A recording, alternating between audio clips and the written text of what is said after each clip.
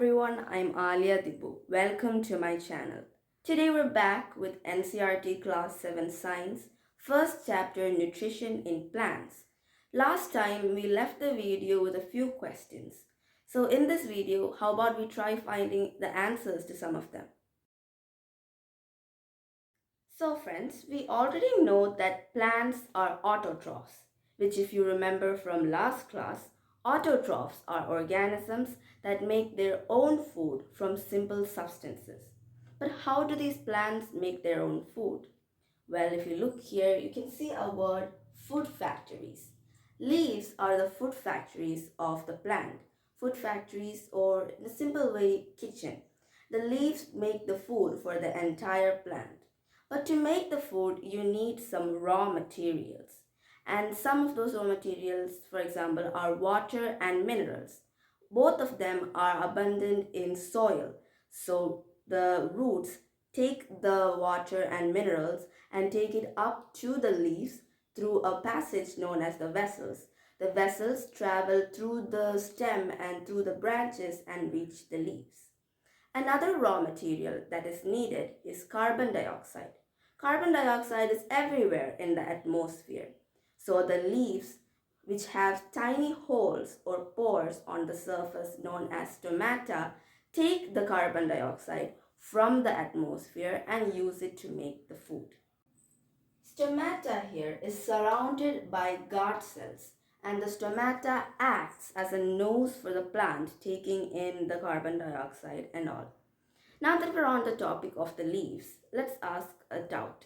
Have you ever wondered why the leaves are green? Well, it's because of a green pigment known as chlorophyll.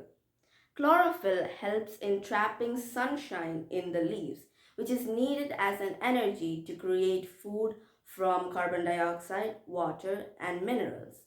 This entire process altogether of making food is known as photosynthesis. Photosynthesis can be split into two, photo and synthesis. Photo means light and synthesis means combine. So, what is photosynthesis? What is photosynthesis? The green plants prepare food by their own, and the excess amount of food is stored in the various parts of the plant. The leaves are called the food factories of the plant. The pigment named chlorophyll gives the green color to the leaves, and it traps the energy from sunlight. Minerals and water from the soil through the roots, carbon dioxide from the air through stomata, and by the process of photosynthesis, plants prepare carbohydrate or glucose and oxygen. Plants convert raw materials into food with the help of energy. A figure depicting photosynthesis. The equation of photosynthesis. Now we know what photosynthesis is. How about we summarize the important points with a few questions? Questions. The food factories of the plants are leaves. The process by which plants prepare their food are photosynthesis. The pores present in the lower surface of the leaves, stomata. The green pigments in the leaves, chlorophyll. The ultimate source of energy, sun. The end product of photosynthesis, carbohydrates and oxygen. Elements of carbohydrates, carbon, hydrogen, and oxygen. Okay, so now we've learned that photosynthesis takes place in the leaves. But what about for plants that don't have leaves? Well, photosynthesis can take place anywhere where there is the green pigment chlorophyll. Let's take the desert plant cactus as an example. Cactus does not have leaves. Instead, it has little structures like spines that will help in reducing the loss of water during transpiration. So in a plant like cactus, the photosynthesis still takes place because the green pigment chlorophyll is present. While we were discussing photosynthesis, we briefly mentioned stomata.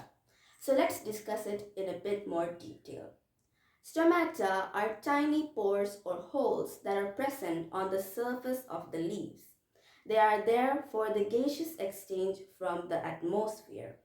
So the stomata is actually the plural form, and one singular pore is known as stoma. They are surrounded by guard cells. Stomata are the tiny pores present on the surface of the leaves for the exchange of gases from the atmosphere. Each pore is known as stoma, and the plural of stoma is called stomata, and it is surrounded by guard cells. Stomata is surrounded by guard cells. But what are these cells? Like building blocks in a building, every living organism's body is made up of cells. You cannot see them from the naked eye, but you can see them through a microscope. And every cell has a thin outer layer known as cell membrane. Every cell has a thin outer layer known as cell membrane. A cell also has a very distinct circular structure known as a nucleus. You can understand better when there's the figure. So a cell has a distinct circular centrally located structure known as nucleus, and the nucleus is surrounded by a jelly-like substance known as cytoplasm.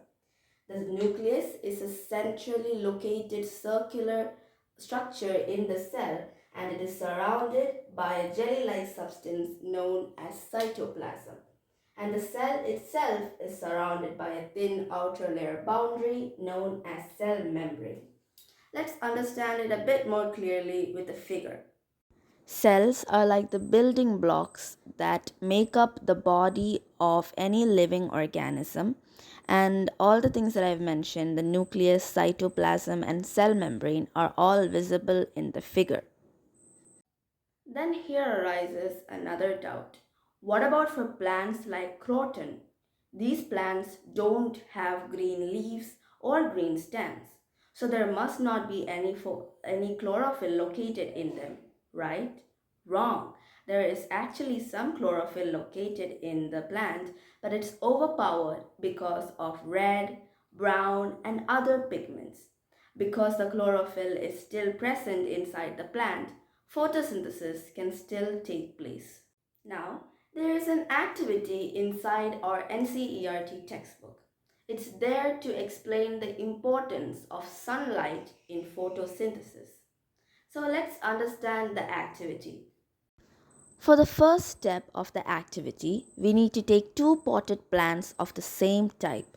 Put one pot in the darkness, in like a place where there is no sunlight, and put one pot in the normal sunlight.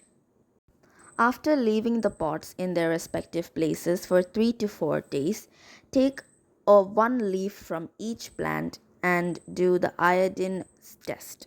That is, you take the leaves and soak them in iodine solution.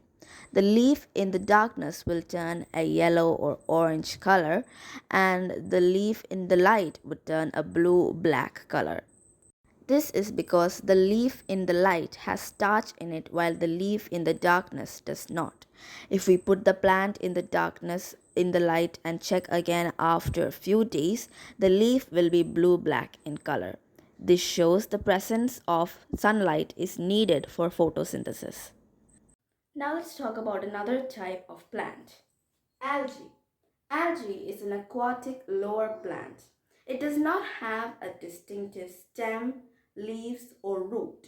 So, how does it get their food? Does it have photosynthesis? Yes, it does, because algae has chlorophyll present inside. So, it still has photosynthesis and can still get food. Algae is an aquatic lower plant which does not have differentiated stem, root, and leaves. They are green in color due to the presence of chlorophyll. Algae can prepare their own food by photosynthesis. We have already learned that during photosynthesis, plants make food, and that food is carbohydrates. Carbohydrates is made up of carbon, hydrogen, and oxygen. So these three elements make up carbohydrates. But these three elements can be further synthesized to make another thing.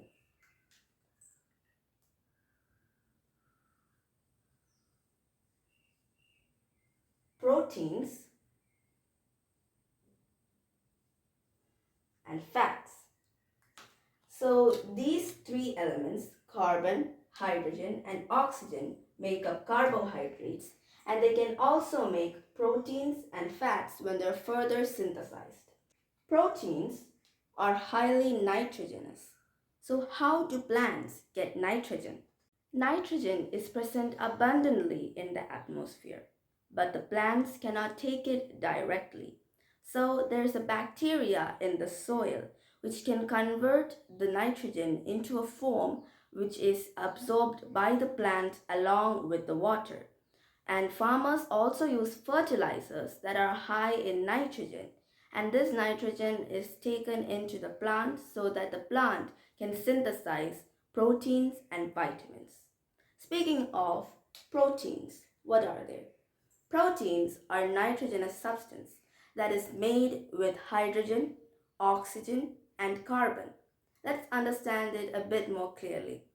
Proteins are the nitrogenous substances which contain nitrogen, carbon, hydrogen, and oxygen. Let's check out some other modes of nutrition. Cascada is a plant that does not have any chlorophyll inside it. So, how will it get food? Well, plants like Cascada latch themselves onto another living organism or like climbs onto another living organism and takes valuable nutrients from the organism. The organism that is losing its valuable nutrients is known as a host, and plants like Cascada are known as parasites.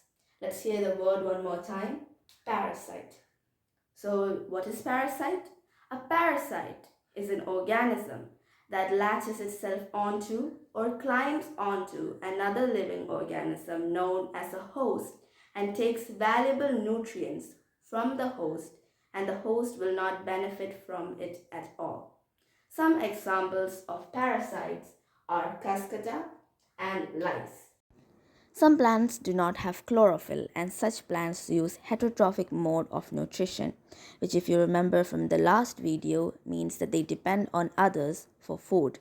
Plants like Cascada climb onto another plant and takes the nutrients from the plant, which is known as host. The organism like Cascada are known as parasite.